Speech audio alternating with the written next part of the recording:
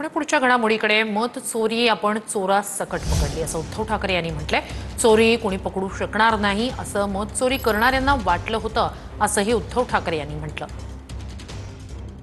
आजपर्यंत जे मत चोरी करून तिकडे बसले त्यांना असं वाटलं होतं की त्यांची चोरी कोण पकडू शकणार नाही, पण चोरी चोरा सकट आपण पकडलेली आहे। आणि आता या चोरांना हद्दपार करण्यासाठी काही आपण जे म्हणालात की सर्व मराठी माणसं आणि त्या मराठी माणसांबरोबरच जे अमराठी आहेत ते सुद्धा एकत्र आलेले आहेत आणि येत आहेत, कारण कोणालाच हुकुमशाही नकोय।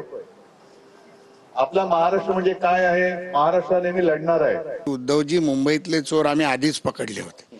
महापालिकेतली चोरी, मिठी नदीतली चोरी, रस्त्यातली चोरी, चिखलातली चोरी, कोविडमधली चोरी, खिचडीतली चोरी, मृत्यू बॅगमधली चोरी, रेमडेसिवीरची चोरी, अनेक चोऱ्या। हे मुंबईतले चोर कोण आहेत हे मुंबईच्या जनतेने पाहिलेलं आहे।